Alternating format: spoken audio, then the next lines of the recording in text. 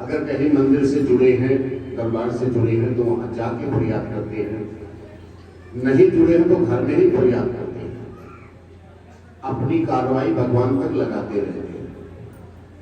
और जब अपने भगवान का जन्मदिन होता है तब हम कहीं और चले जाते हैं, घूमने के लिए चले जाते हैं। जैसे एक भक्त कहने लगे, मैंने कहा कि परसों की बात है, मैंने कहा तुम भंडारे में क्यों नहीं आए? वो तो यही सोच रहे होंगे गुरु जी को क्या मालूम है, मगर बाबा की दया मेरी नजर सब पे रहती है। कह रहे नहीं बाबा जी वो 24 तारीख को शादी थी। तो मैंने कहा 24 को थी, अरे भंडारा तो 23 को था, 22 को क्या कर रहे, 23 को क्या कर रहे हो? नहीं गुरु जी वो भतीजे की शादी थी। तो मैंने कहा वाह, अरे थोड़ा सा समय निकाल के भगवान के चरणों में आके अपनी हाजिरी लगा देते, आके बाबा के दर्शन कर लेते, प्रसाद चढ़ा देते कि हे बालाजी महाराज, भतीजे की शादी 24 तारीख को या 23 तारीख का आपका जन्मदिन है, तो थोड़ी देर आपके चरणों में भी आनंद ले लेते हैं और कल तक की शादी बढ़िया से निपटे। अब यही अगर कुछ शादी में गड़बड़ हो जाए, शादी में कुछ गड़बड़ हो जाए, भगवान मेरे साथ ऐसा क्यों करते हैं? पहले हमारा सबका रोना यही रहेगा, भगवान मेरे साथ ही ऐसा क्यों करते हैं? बताओ, एक मेरे बेटे की शादी थी और ये बवाल हो गया, ये मारपीट हो गई, तो हम दोषी भगवान को ही ठहराते हैं, अपने ऊपर उंगली नहीं उठाते कि मेरी गलती क्या है। कहते हैं संगत का असर तो होता ही है। एक दिन एक गौरे ने मानसरोवर की यात्रा की, वहां पहुंचा, देखा तो सभी हंस बैठे हुए, तो कौवा भी वहीं जाके बैठ गया। हंसों ने कहा कि तुम्हारी यहां जरूरत नहीं है, तुम यहां क्यों आए? कौवे ने कहा कि भाई हमें और तुम्हें अंदर क्या है, पंछी तुम भी हो, पंछी मैं भी हूं, तुम गोरे हो मैं काला हूं, बस इतने अंतर है। एक दिन हो गया, 2 दिन हो गए, उसके बाद कौवे को भूख लगी। जब कौवे को भूख लगी तो हंसों ने कहा कि भाई देखो मोती मैं खाता हूं, तुम भी मोती खा लो। कौवे ने कहा कि इसमें तो मेरे दांत ही चले जाएंगे, मैं मोती क्या खाऊंगा, सोच फूट के बाहर हो जाए। कौवे ने कहा कि मैं अब यहां से प्रस्थान करता हूं। तो 4 दिन के समय में एक हंस से उसकी दोस्ती हुई। एक हंस ने उसकी संगत कर ली, बाकी सारे हंस चले गए। जाने के पश्चात तो कौवे ने कहा ऐसा करो, मैं चल रहा हूं और तुम भी मेरे साथ चलो, 4 दिन मैं तुम्हारे यहाँ रहा हूं, तुम भी मेरे यहाँ रहो। तो हंस ने दोस्ती की, वो भी चला गया। कौवे ने एक बरगद के पेड़ पे जाके बैठ गए, कब्रिस्तान के पास बरगद का पेड़ था, वहीं बैठ गए। हंस भी जाके बैठ गए। दोनों ने बड़ी गपशप की, बातें की। एक दिन गुजर गया, 2 दिन गुजर गया, तीसरा दिन जब गुजरा तो हंस ने कहा कि मुझे तो कुछ भूख लग गई आज, मेरा खाना तो सब हजम हो गया। कौवे ने कहा चिंता क्यों करते, अभी लेके आता हूं। कौवा गया, देखा है तुम्हारा हुआ कुत्ता पड़ा था, उसमें से मांस नोचा लेके चला गया, हंस को दिया। तो हंस ने कहा कि देखो ये तो मैं नहीं खा सकता, मरना मुझे अच्छा है, मगर मैं ये भोजन नहीं कर सकता। तो जब इस वार्तालाप में वो मांस का टुकड़ा नीचे जाके गिर गया। उधर एक राजा बरगद पेड़ के नीचे बैठ के छाया में, दोपहर का समय था, तो छाया में आनंद ले रहे थे। जब मांस का टुकड़ा उनके ऊपर गिरा तो उन्होंने देखा कि कौवा है, इस कौवे की मेहरबानी है, मेरे ऊपर मांस गिरा दिया। उन्होंने तीर चलाया, तो तीर चलाने में कौवा को 9 तो 11 हो गया, मगर उस हंस के लग गई, हंस आके नीचे गिर गया। राजा ने हंस से कहा कि हे हंस, मैंने तुम्हें नहीं मारा था, मैंने तो कौवे को मारा था। हंस ने कहा इसमें तुम्हारी गलती नहीं है, इसमें जो कुछ भी है सब मेरी गलती है, ये संगत का असर है, मैंने कौवे की दोस्ती की, इस कारण से आज मेरी मृत्यु हो रही है। तो दोस्ती भी करना है, यदि पानी पियो छान के, गुरु करो जान के। किसी को मित्र भी बनाना है तो देखो शराबी कबाबी तो नहीं है। तुम किसी शराबी से दोस्ती करते हो तो जैसे तुम उससे हाथ मिलाते हो, तुम्हारी पुण्य का 10वां हिस्सा उसको मिल जाता है। यहां तक हमारे वेदों ने कहा है कि अगर तुम हाथ मिलाते हो तो 25% मिल जाता है, अगर उससे खड़े होकर बात कर लेते हो 10% मिल जाता है। इसलिए दोस्ती भी करनी चाहिए, थोड़ा सा समझ करके। मित्रता भी करो तो ये समझ के करो कि ये हमारी मित्रता के लायक है या नहीं, तभी मित्रता करो। बोले बालाजी महाराज। कहीं न कहीं किसी न किसी संत की शरणागति में जुड़े रहना जरूरी होता है। यहां तुम अर्जी लिखते हो, अर्जी लिख करके अपना कष्ट कटवा लेते हो, संकट कटवा लेते हो,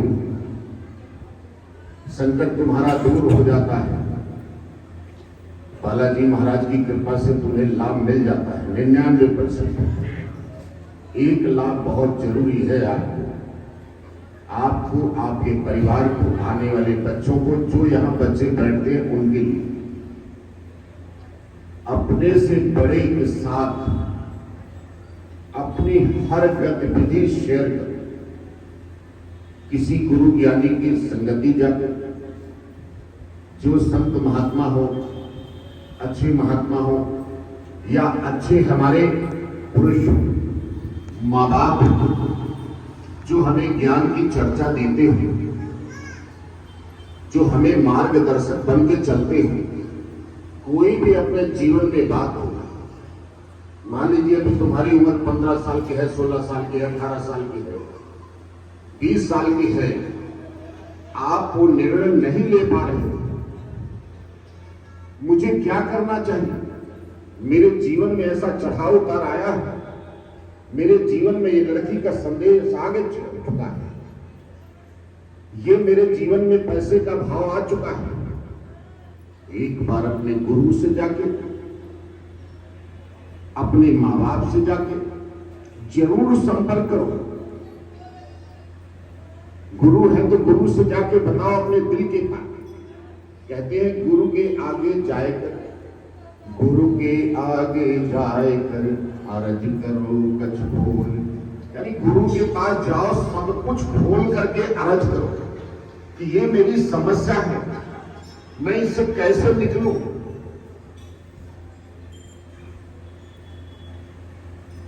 उनको ज्ञान है कि उस मार्ग से पहले गुजर चुके हैं, वो मार्ग उनके सामने पहले से आ चुका है।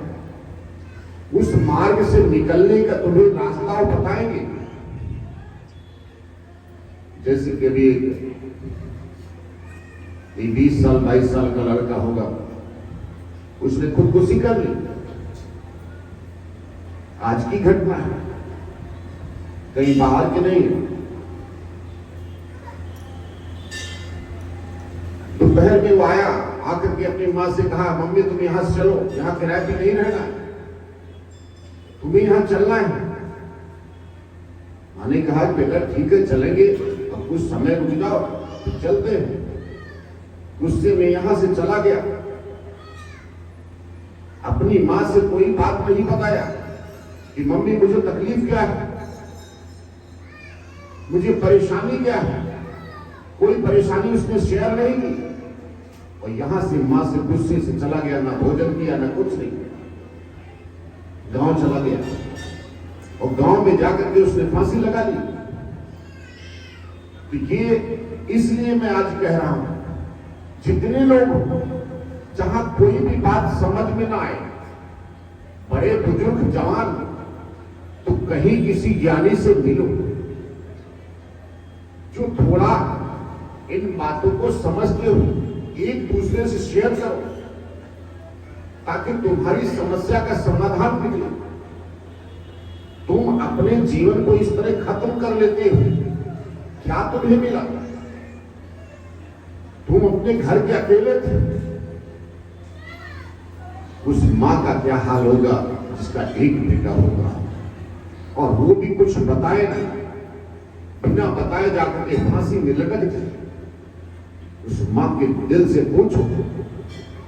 तो इसलिए आप स्वयं सभी ज्ञानी हो, कोई भी बात हो, मां है तो मां से बात करो, शेयर करो, पिता है पिता से शेयर करो, नहीं समझ में आती कोई अच्छे मित्र है उनसे शेयर करो, चाहे स्कूल की हो, चाहे प्रेमिका की हो, चाहे मित्र की हो, चाहे दोस्ती की, किसी भी तरह कोई भी बात अगर तुम किसी से शेयर करोगे, शायद वो रास्ता निकल आएगा तुम्हारे जीने के लिए। ऐसी घटना नहीं हुई।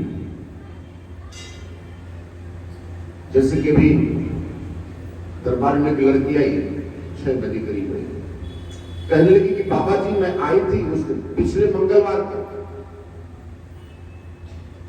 और मैं बिल्कुल आके जैसे मैं मंदिर में प्रवेश कर रही थी, मेरे कदम पड़ नहीं थे, अंदर जाने का मन नहीं करा, मगर मैं अंदर आई, मैं बिल्कुल ठीक हो गई, 1 हफ्ते से मैं ठीक हूं।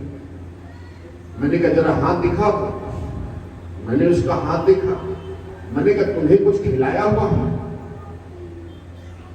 तो तुम चावल वाला प्रसाद ले लो, मेरे कहने से जाके चावल चबाओ, तुम ठीक हो जाओगे बिल्कुल। अभी तो बाबा ने तुम्हें चमत्कार दिखा दिया कि मैं हूं धरती पे, मैं जन कल्याण कर रहा हूं, बाबा ने तुम्हें चमत्कार दिखाया, मगर ये पूर्ण फल नहीं। जब तक तुम चावल नहीं चबाओगे तब तक तुम ठीक नहीं हो।